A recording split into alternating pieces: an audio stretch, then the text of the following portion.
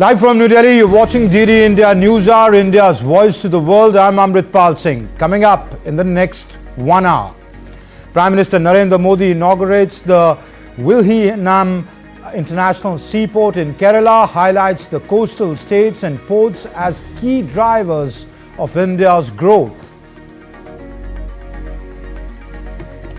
IMF projects India to remain the fastest growing large economy in the next 2 years. India and EU reaffirm commitment to conclude the free trade agreement this year. Israel strikes near Syria's presidential palace, issues warning over attacks on Druze community. Iran slams fresh US sanctions, calls it economic terrorism. Waves 2025 hosts the Global Media Dialogue in Mumbai with delegates from over 60 countries. Information and Broadcasting Minister Ashwini Vaishnav emphasizes on collaboration between government and creators.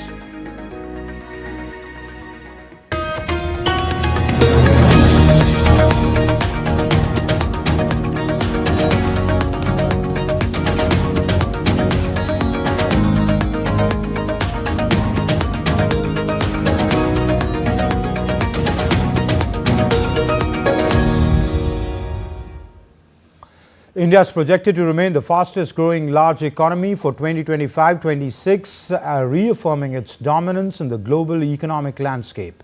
India and the European Union reaffirmed their commitment to concluding the ambitious free trade agreement by the end of this year.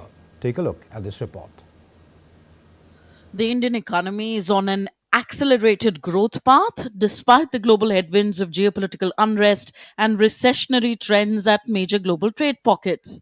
According to the April 2025 edition of the International Monetary Fund or IMF's World Economic Outlook, Indian economy is expected to grow by 6.2% in 2025 and 6.3% in 2026, maintaining a solid lead over global and regional peers. The IMF has expressed faith in India's resilience, stating its economy is likely to overtake Japan in 2025 and Germany in 2027 to become the world's third largest economy after the USA and China. Moreover, U.S. Treasury Secretary Scott Bessent said on Tuesday that the United States was very close on a trade deal with India. I'm glad you brought up our Asian trading partners and allies. They have been the most forthcoming in terms of doing the deals. As I mentioned, Vice President Vance was in India last week.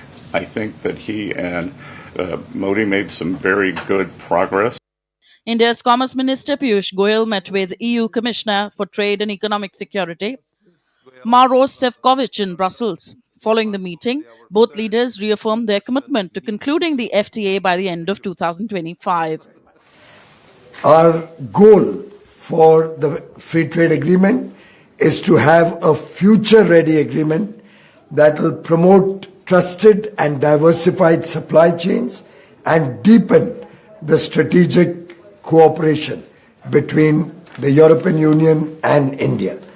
Piyush Goyal also met with Belgium's Minister of Defence and Foreign Trade, Frank Theo, and Minister-President of Flanders, M. Dependael, in Belgium. Leaders held wide-ranging discussions on enhancing trade ties and further strengthening India-Belgium bilateral relations. Ahead of his visit to Brussels, Piyush Goyal visited London to hold high-level talks aimed at accelerating the progress of the India-UK Free Trade Agreement. India's Commerce Minister Piyush Goyal also visited Norway. Goyal held discussion with Norway's Minister of Foreign Affairs, Espen Barth Eide, and the Scandinavian country's Minister of Trade and Industry, Cecile Maiseth, on the implementation of the India-EFTA Free Trade Agreement. So what are some of the key factors driving India's growth? Let's have a look at some of them. The government data suggests that gross GST collection, a tax that primarily projects the quantum of domestic trade, jumped to 1.96 lakh crore in March 2025 on the back of buoyant economic activity. GST collection rose to 22.1 lakh crore rupees in fiscal year 2025 compared to 20.2 lakh crores in fiscal year 2024, recording a year-on-year growth of 9.4%. E-way bill generation recorded growth of 20.2% in March 2025. Notably, quarter 4 of fiscal year 25 recorded the highest year-on-year growth of 19.4% in e-way bill generation in fiscal year 2025, indicating heightened economic activity in quarter 4 compared to previous quarters of the financial year. Quarter 3 GDP growth was 6.2%, rebounding from 5.6% in quarter 2 due to higher private consumption and government spending. Bureau Report, DD India. And India is also emerging as a key player in the global electronics manufacturing ecosystem. With Apple ramping up its domestic iPhone production, the nation is poised to reap multiple economic benefits. More in this report. India is becoming a strategic hub for Apple's supply chain needs. The global tech giant, known for its premium iPhones, is shifting a significant portion of its production to India. Apple CEO Tim Cook said disruption in Apple's supply chain because of tariffs contributed to the decision.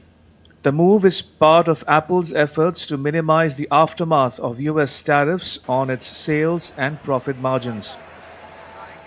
The Trump administration has repeatedly said it wants Apple to move production to America.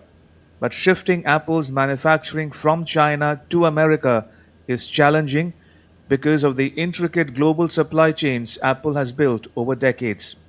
Therefore, this move is not just a win for Apple, it's a game changer for India's economy.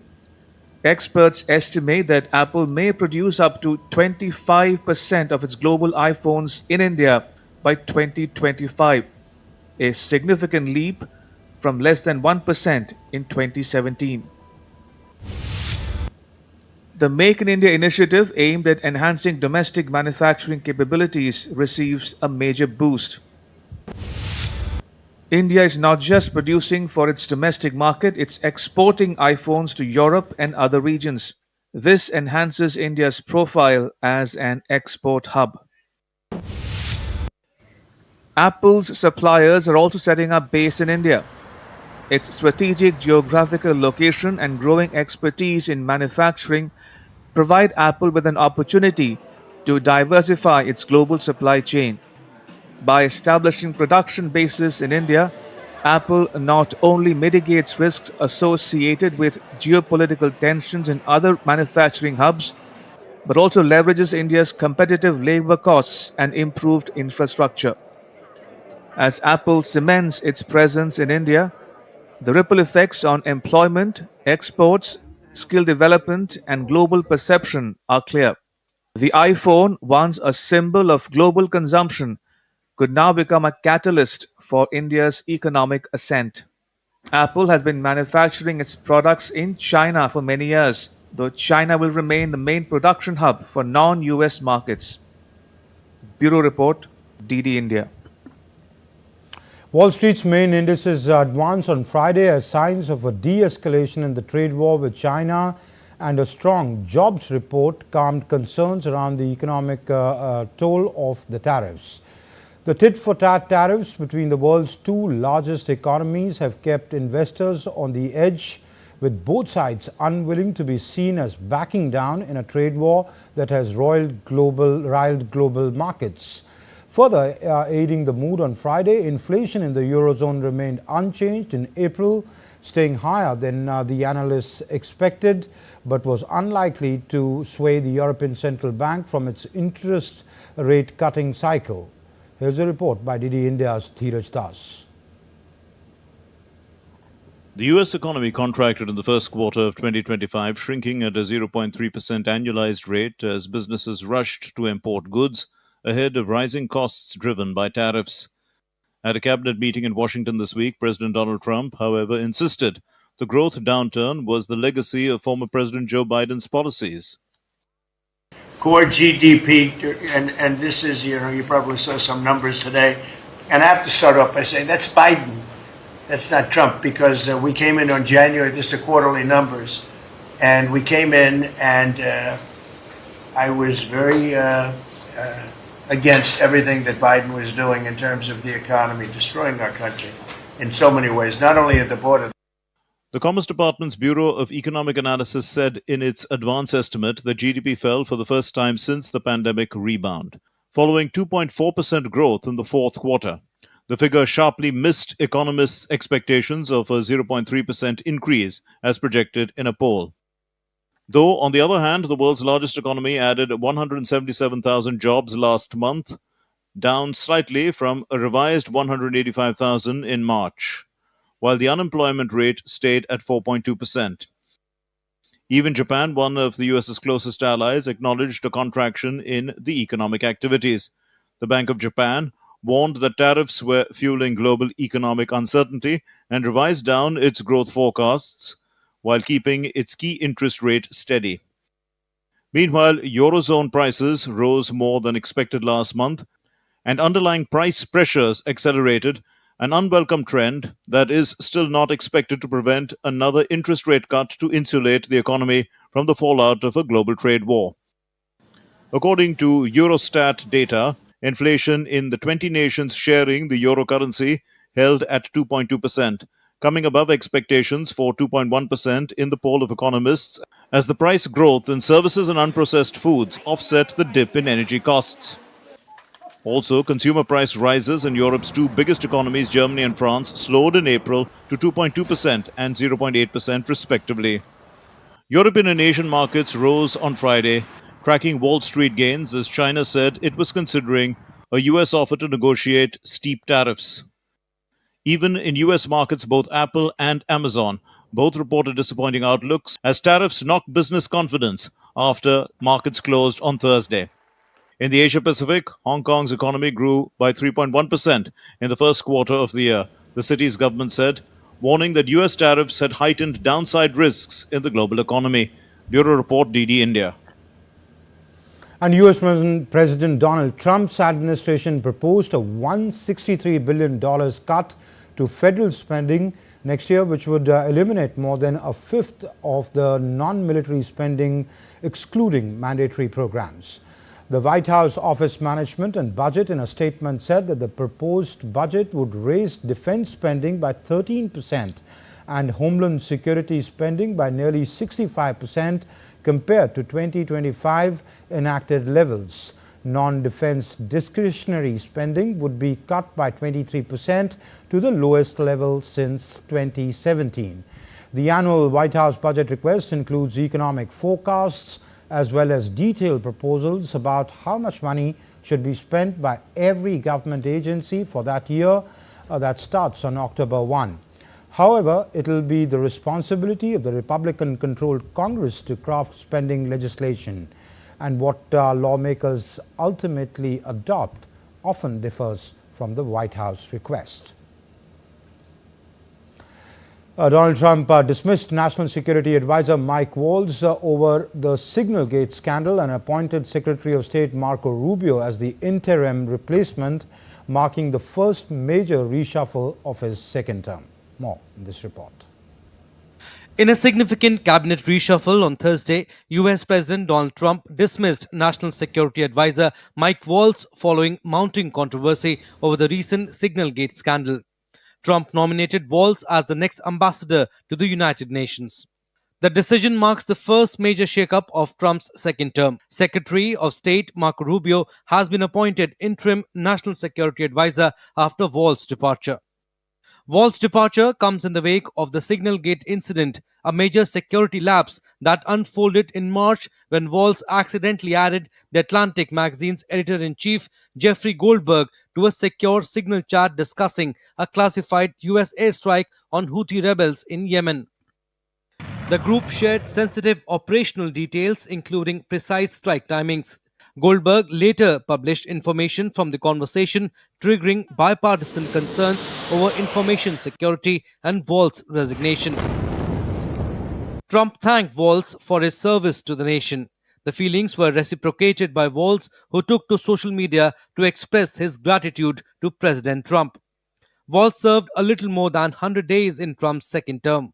US Vice President J.D. Vance said Waltz's removal and shift to the UN could be seen as a promotion and had nothing to do with Signalgate. But the Signalgate scandal might not be over for Trump. Democrats are now turning up the heat on Defense Secretary Pete Hegseth, who revealed timings that US warplanes would take off to bomb targets in the same signal chat. Hegseth was also reported to have shared those details in a separate signal group chain that included his wife. Bureau Report, DD India. Still to come up on DD India News Hour, Tim Walz made U.S. ambassador to the UN. Marco Rubio gets additional charge as a national security advisor.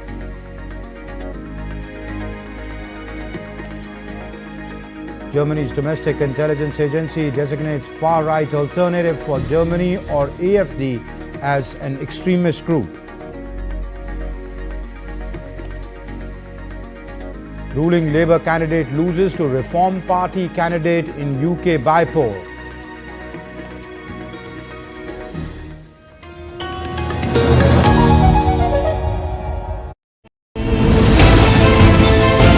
Geopolitics and trade deals. Economic challenges amid development. Hard work and the path to prosperity. It's the economy always. Between walkers, money is what money does and says. Supply creates its own demand. Between the bulls pulls and bears tears. When supply chains globalization and India rises to the podium. We'll get you centered with the economic brief at 8 p.m. every Thursday on DD India.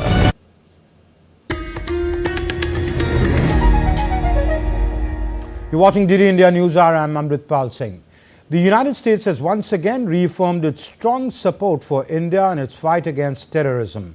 U.S. top officials, including Vice President J.D. Vance, have condemned the attack and made it clear that they expect Pakistan to take decisive action against the terrorists operating from its territory. We'll bring you the latest reactions from Washington, where U.S. leaders have firmly stood by India. DD India's Shobhit Chandola reports. U.S. Vice President J.D. Vance has said in a TV interview that the United States hopes that Pakistan will ensure that terrorists operating in their territory are hunted down and dealt with in a way that doesn't lead to a broader regional conflict. And we hope, frankly, that Pakistan, to the extent that they're responsible, cooperates with India to make sure that the terrorists, sometimes operating in their territory, are hunted down and dealt with. That's how we hope this unfolds. We're obviously in close contact. We'll see what happens. This is not the only time when U.S. officials and leaders have firmly stood by India and rejected Pakistani false narratives on the Pahalgam attack. U.S. President Trump was quick to condemn the attack, expressing his outrage over the loss of innocent lives. He shared his support for India, reassuring the country that America stood firmly behind it. Tulsi Gabbard, the U.S. Director of National Intelligence, also sent her condolences on social media, offering prayers for the victims' families. She promised that the United States would support India in its efforts to find those responsible for the attack. The House Foreign Affairs Committee, a key group in the US politics, took to social media to criticize the New York Times over its reporting of the dastardly attack. They pointed out the newspaper had referred to the attackers as militants instead of calling them terrorists. The committee made it clear this was a terrorist attack. In a press briefing, US State Department spokesperson Tammy Bruce refused to entertain a Pakistani journalist's question about the possibility of President Trump mediating between India and Pakistan. US Secretary of State Marco Rubio also called on Pakistan's Prime Minister Shehbaz Sharif and spoke of the need to condemn the terror attack on April 22nd in Pahalgam, Jammu and Kashmir. Same day, Rubio called External Affairs Minister S. Jaishankar and expressed his sorrow for the loss of lives in the horrific terrorist attack in Pahalgam. He also reaffirmed United States' commitment to cooperation with India against terrorism. The US has made it clear more than once that it stands firmly with India in the fight against terrorism. Shobhit Chandola's report for DD India. Israeli military launched airstrikes near Syria's presidential palace in Damascus after accusing the Syrian authorities of failing to protect the country's Druze minority from sectarian violence. The attack early on Friday was the second of its kind by Israel this week and is seen as sending a strong message to Syria's transitional government led by President Ahmed al-Shara. Israeli Prime Minister Benjamin Netanyahu confirmed the attack, reiterating his vow to protect the members of the Druze community. This marks the second Israeli strike in as many days amid sectarian violence. Israeli strikes have further complicated interim President al-Shara's efforts to stabilize the country. And early on Wednesday in Syria's southern province of Swedia, a heartland of the Druze minority, 40 Druze fighters were killed, with 35 dying in an ambush on the road to Damascus. Iran has rejected U.S. pressure over oil trade, asserting that sanctions on its partners won't change its nuclear policy. The response came after President Trump threatened secondary sanctions on buyers of Iranian oil and petrochemicals. Tehran called the sanctions illegal and said they erode trust in diplomacy and termed it as economic terrorism. Talks with the U.S., which are expected on Saturday, were postponed due to logistical reasons, according to mediator Oman. Iran says it's still open to a fair and balanced agreement that guarantees sanction relief. Tensions remain high as Trump revives the maximum pressure approach. Germany's domestic intelligence agency has designated the far-right Alternative for Germany, or the AfD, as an extremist group that threatens democracy, a move that enables greater surveillance of the party, which came second in the February federal election. The classification allows the use of covert methods like informants and wiretaps. Authorities say the AfD promotes ethnic exclusion, viewing citizens of immigrant backgrounds, especially Muslims, as unequal.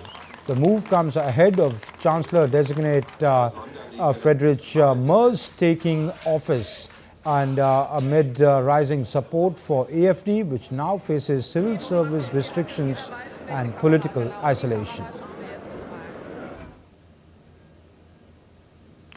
Nigel Farage's populist right-wing Reform UK party secured a parliamentary seat in the northwest England on Friday, winning by the narrowest margin in a UK parliament by-election history.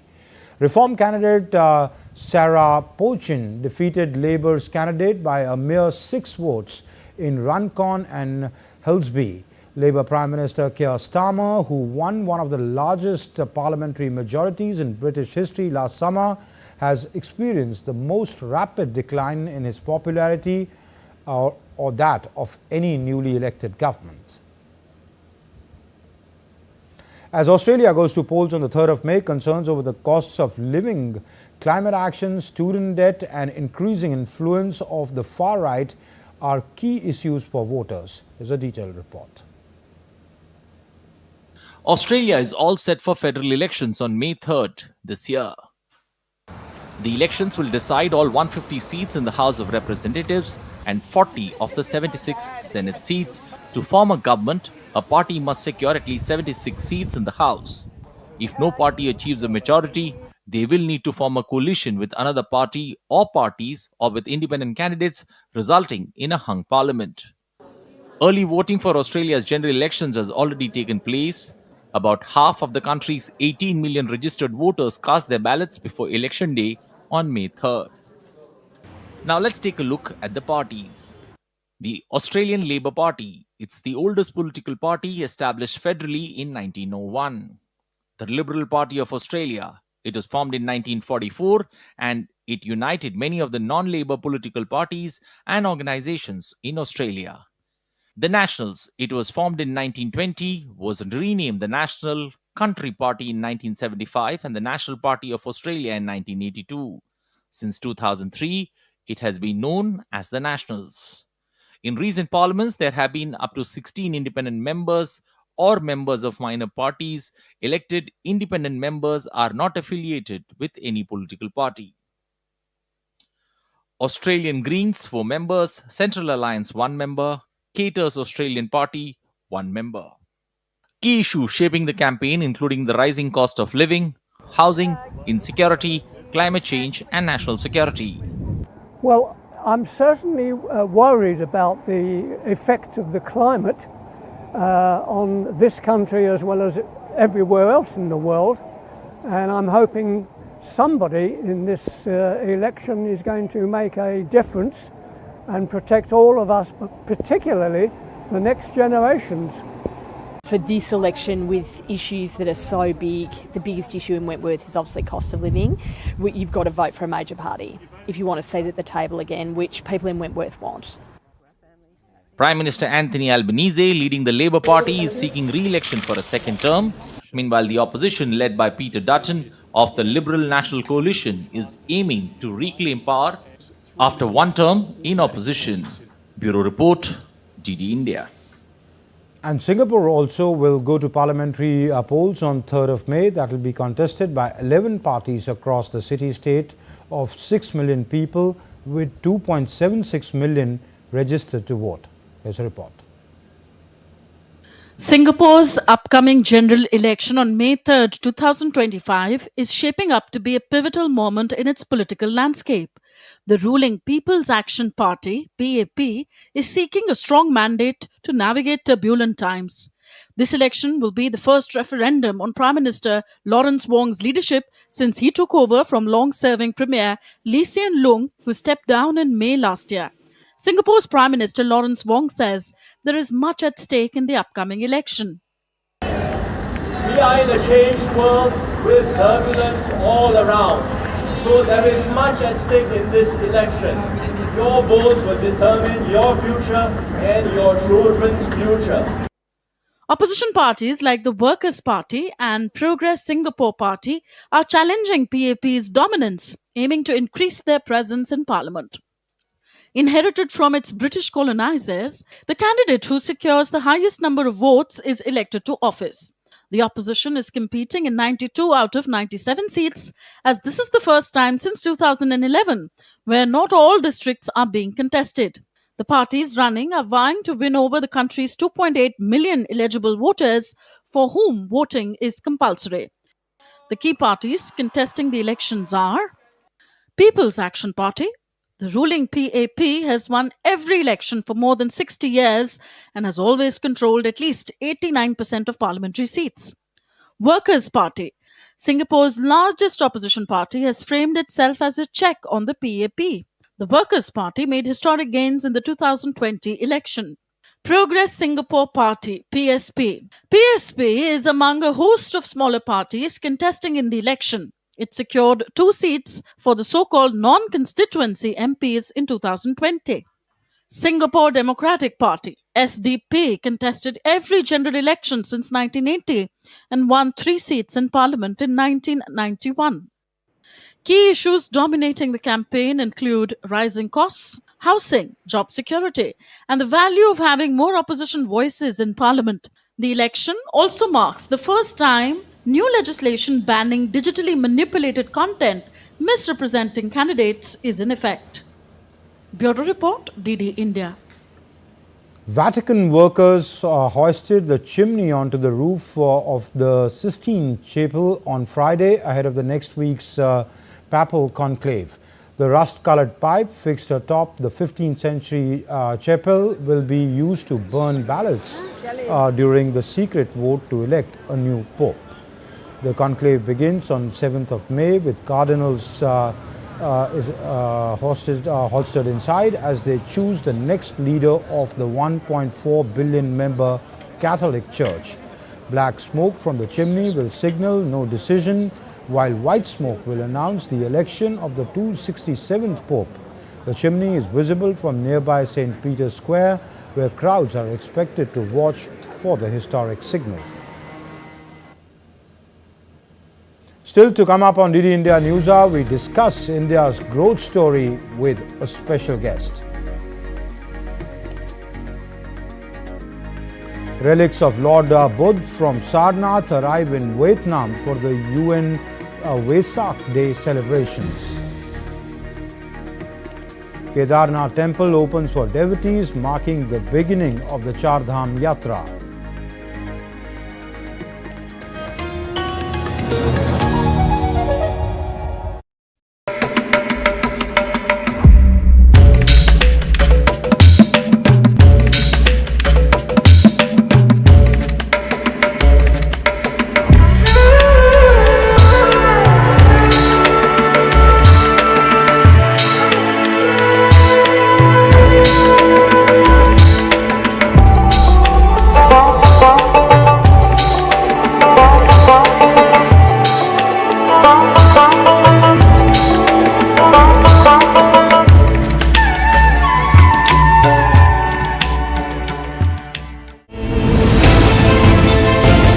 geopolitics and trade deals, economic challenges amid development, hard work and the path to prosperity.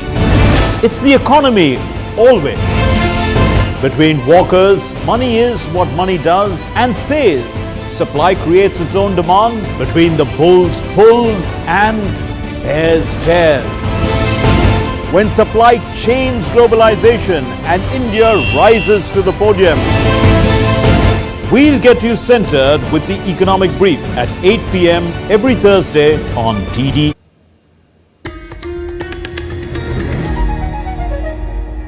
You're watching DD India News Hour. I'm Amritpal Singh. A look at the headlines. Prime Minister Narendra Modi inaugurates the Vilhinam International Seaport in Kerala, highlights coastal states and ports as key drivers of India's growth. IMF projects India to remain the fastest growing large economy over the next 2 years. India and EU reaffirm commitment to conclude the free trade agreement this year. Israel strikes near Syria's presidential palace, issues warning over attacks on the Druze community.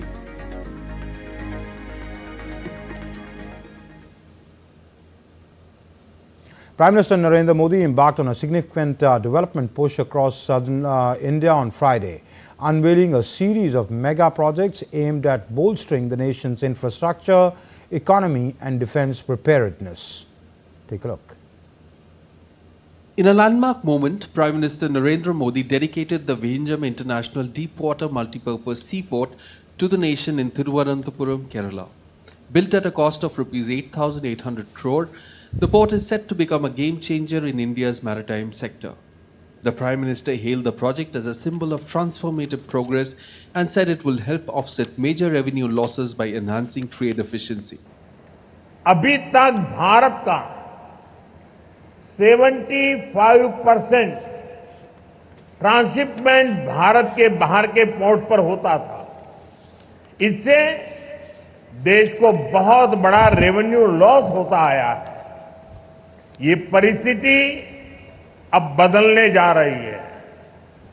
अब देश का पैसा देश के काम आएगा। With a natural deep draft of nearly 20 meters, the dedicated container transshipment port is strategically located just 10 nautical miles from key international shipping routes that connect Europe, the Persian Gulf, and the Far East. The port is set to play a crucial role in enhancing India's logistic efficiency and reducing dependence on foreign ports for cargo transshipment. Later in Amravati, Andhra Pradesh, Prime Minister Modi inaugurated and laid the foundation stone for development projects worth over 58,000 crore. These include key national highway and railway initiatives aimed at improving connectivity and public services. Speaking at the event, Prime Minister Modi called Amravati a blend of tradition and progress and said it would be a launchpad for the aspiration of Andhra's youth. स्वर्ण आंध्र विकसित भारत की राह को मजबूत करेगा और अमरावती स्वर्ण आंध्र के विजन को ऊर्जा देगी. Further strengthening India's defense capabilities, the Prime Minister laid the foundation stone of a new missile testing range at Naga Yalanka with an investment of Rs 1,460 crore. He also announced the PM Ekta Mall in Visakhapatnam, celebrating the spirit of national unity through regional crafts and projects. आज भारत की ताकत सिर्फ हमारे हथियार ही नहीं है, बल्कि हमारी एकता भी है. एकता का यही भाव हमारे एकता मॉल्स में मजबूत होता है.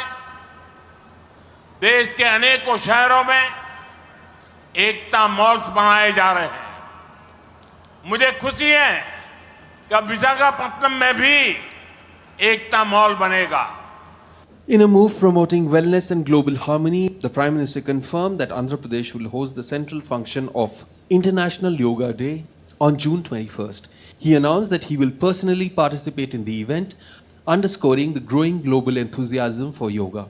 With a string of high-impacted projects, Prime Minister Modi's southern tour reinforces the centre's commitment to inclusive development, robust infrastructure and a united, forward-looking India.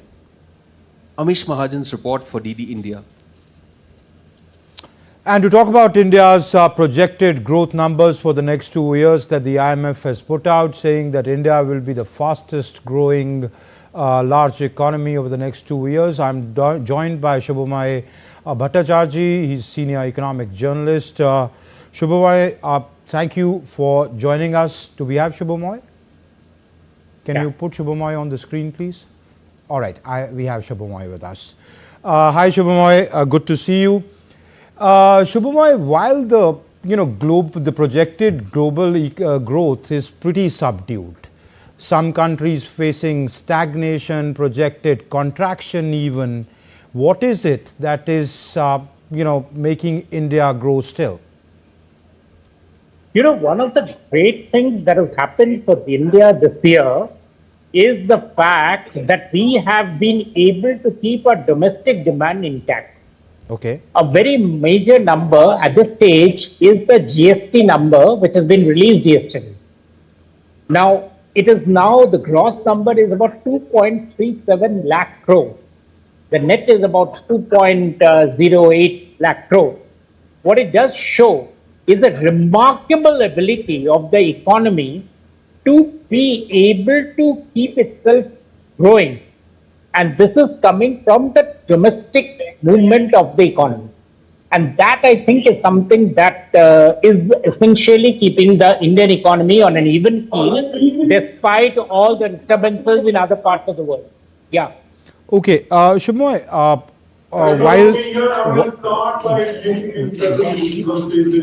okay, there is some audio disturbance there. All right. Shubhamay, while the GST collection numbers look good, but what is driving it? Is it trade? Is it services? What is driving the GST collection or the domestic demand that you are talking about?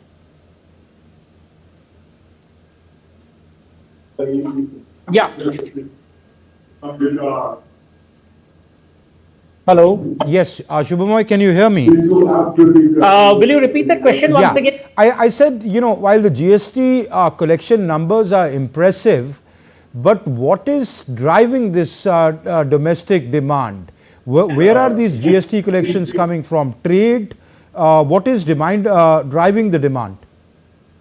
There is a combination of a lot of good factors. It's not happened over 1 year. One of the things that is to be understood is that India has been able to keep up its growth rate because of the sustained pace of reform that has happened. And that has actually pushed the economy onto a real growth path. Now, as you look at India, the manufacturing sector has started to look better. If you look at the PMI data for this month, which is a very good indicator of where is the manufacturing sector going, you see that it's almost hitting 60.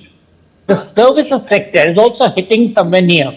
Now, the data actually does show what? That the sustained movement of the economy over the last few years in terms of the reforms, that's one very major thing, and ease of doing business, that's the other major thing, that's very major part of the ease of part of the reform.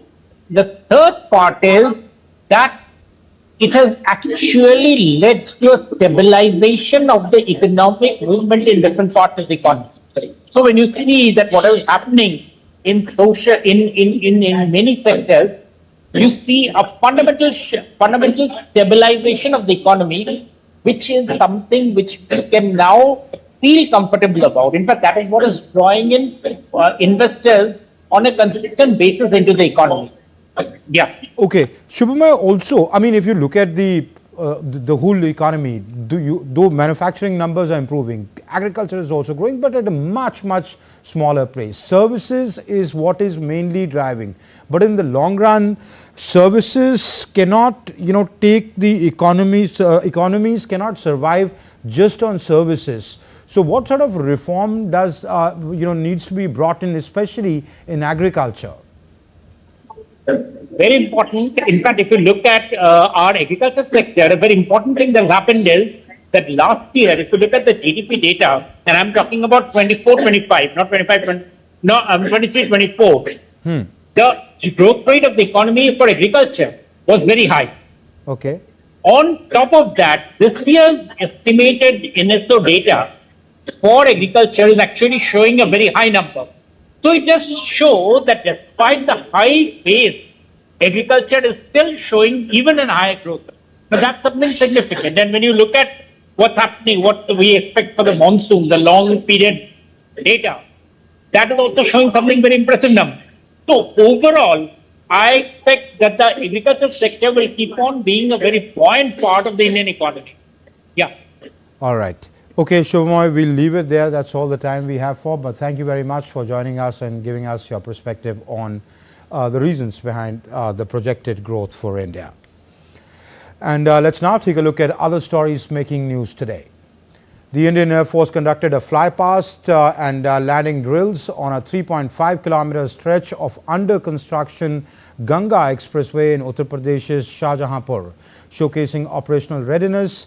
The Indian Air Force aircraft, including the Rafale, the Jaguar and the Mirage, took part in this exercise. The drill aimed to assess the expressway's use as an emergency runway.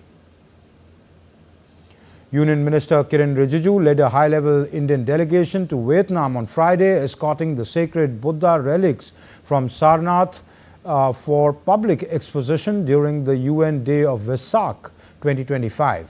The relic was ceremonially received at the Vietnam Buddhist University before a grand procession carried it to the Than Tam Pagoda for public veneration. Uttarakhand Chief Minister Pushkar Singh Dhami attended the ceremonial opening of the Kedarnath Dham on Friday as a band from the Indian Army's Garhwal Rifles played devotional tunes to mark the occasion. The Chief Minister also distributed prasad to devotees at the Mukhya Sevak Bhandara organized on the temple premises. He informed that the doors of Badrinath Dham will open on Sunday. And still to come up on DD India News Hour, England Cricket Board bans transgender women from playing cricket at all levels. India and the United States to compete in a new 5-board chess match in October titled Checkmate.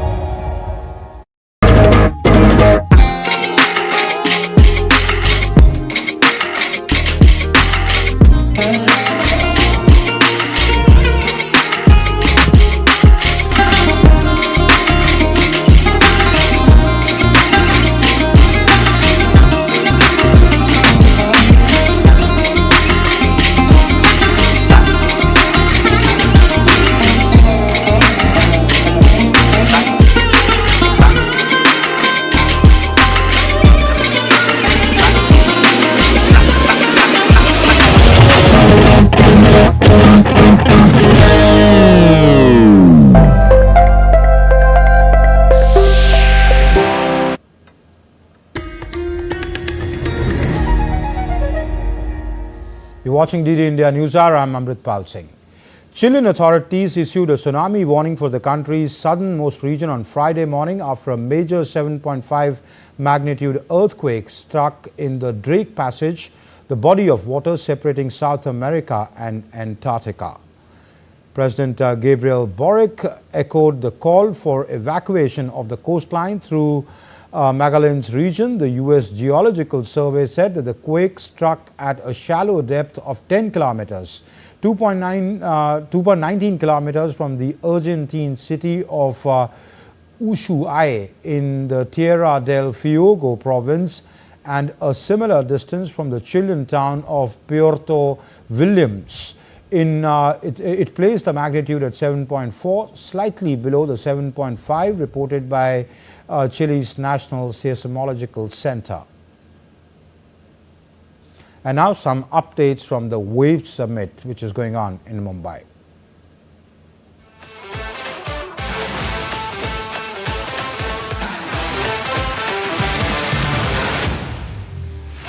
On the second day of the WAVE's 2025, India hosted the inaugural Global Media Dialogue session on Friday.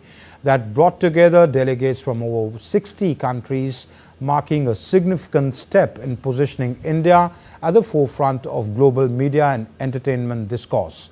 Addressing the event, Information and Broadcasting Minister Ashwini Vaishnav discussed three main points for the session, including creativity, culture and collaboration. Creativity transforms imagination into shared experience.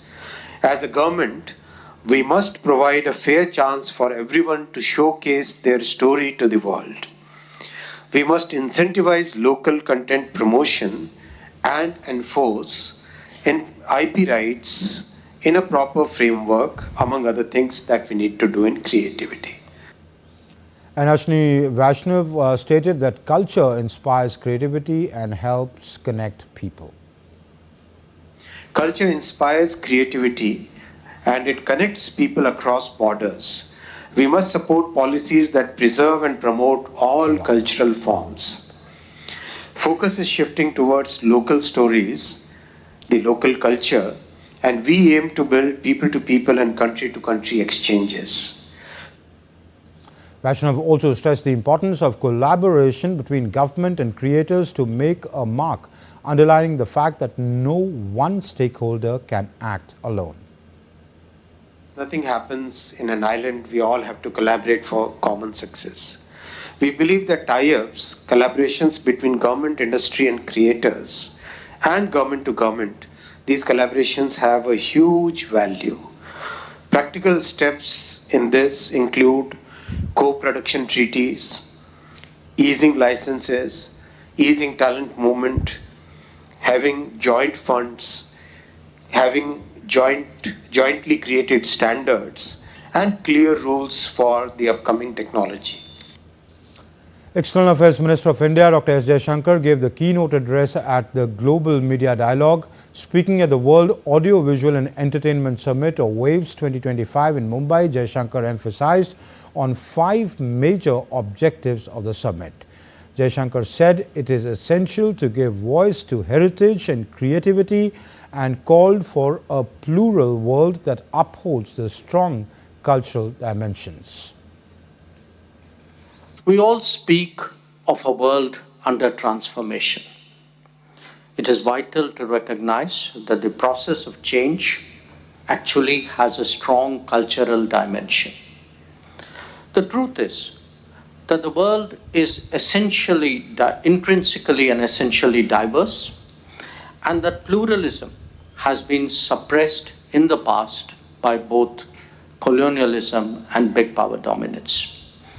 As we seek now to democratize the international system, it is not enough to just assert political and economic independence.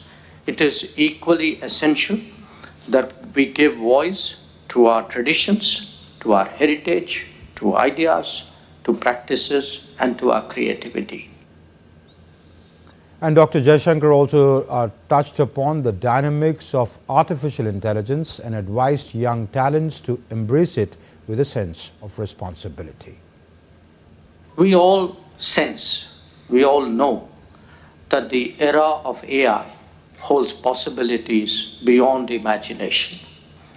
Never before have we visualized such deep changes across such vast domains.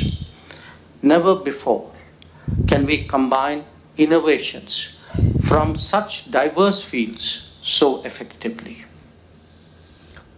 Bollywood actor Mithun Chakrabarti attended the second day of the WAVE Summit 2025 in Mumbai on Friday. Speaking to DD India's Siddharth Bharadwaj, the actor said it's a great vision of Prime Minister Narendra Modi. Listen in. WAVE, I think it's a great vision of our beloved Prime Minister. And Ashwini ji and unke saath Jaji sahab and Mr. Fadnavis, Sindhu sahab and Ajit Pawar sahab and the people behind it. It's a grand show, grand show. मतलब इतना बड़ा इतनी बड़ी चीजें हो जाएगी आप लोगों ने कोई नहीं सोचा. It's going to be big, bigger than big. And at Waves, a session called Intersection of Sports, Technology and Entrepreneurship and Media, cricketing legend Ravi Shastri called the summit a fantastic initiative and also highlighted the role of technology in sports industry. It's a fantastic initiative, Waves. You know, the reason I say it, because my life is a wave. You know, you get a 0, you create waves. You get 100, you create waves. So we've been riding waves right through our lives, right? And I've seen this game evolve. And each one of the players here are part of it. To see where cricket has gone over the last 40, 45 years.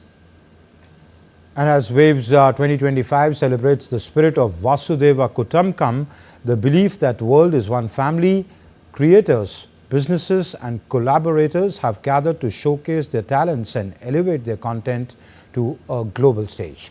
DD India correspondent Siddharth Bhardwaj brings us more from the Creators Fair at Waves 2025. Take a listen.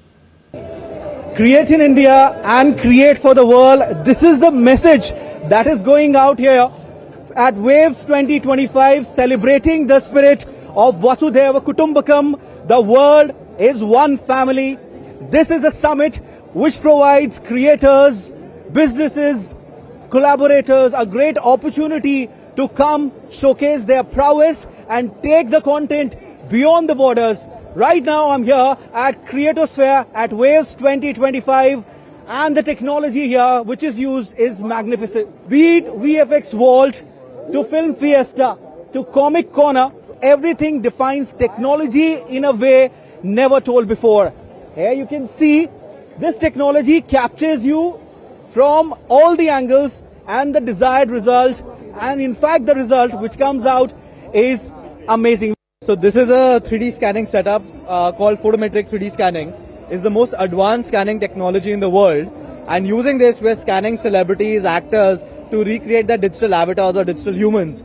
These digital humans are used to create scenes they cannot perform themselves. So any scene that you see actors fighting or doing some action scene, it's actually this digital human data that is being used for that and not the actual actor. And my job is to make sure that you don't get to know that it's actually the digital human that's done that. And another interesting thing that we have done here is powered it with AI. So you can have a face-to-face conversation with AI. You're watching DD India News Hour. Now time for some sports news. England and the Wales Cricket Board on Friday announced that transgender women have been banned from competing in all levels of women's cricket with immediate effect after a change of policy from the sport's governing body.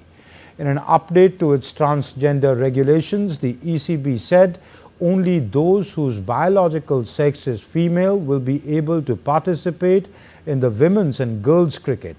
The ECB says transgender women and girls can continue playing in open and mixed cricket categories. Earlier, the country's Football Association had issued a similar directive banning transgender women from women's soccer teams in England.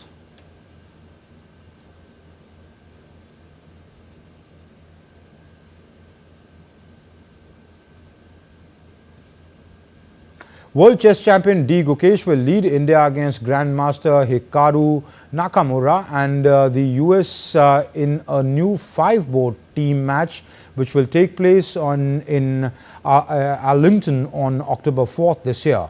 The event features Grandmaster Fabiano Caruana versus Grandmaster Arjun Rigesi, plus a duel chess ambassadors Levi Roseman and Sagar Shah. US talent Carissa Yip will face India's 19-year-old Divya Deshmukh, the highest-rated female player under 21. With 5 boards featuring stars, creators, champions and prodigies, the team US plays wide for home advantage. The second leg is set for India soon. And that's it in this edition of DD India News Hour. But do let us know your thoughts on the news of the day. For those on the go, you can get all the latest news and updates from India and across the world on DD India mobile app. The app is available both on iOS and Android platforms. Scan the QR codes that you see on your screen to download now. We'll be back with more news as it breaks here on DD India. I'm Amritpal Singh from my entire team in Delhi. Thank you for watching DD India News Hour. Bye-bye.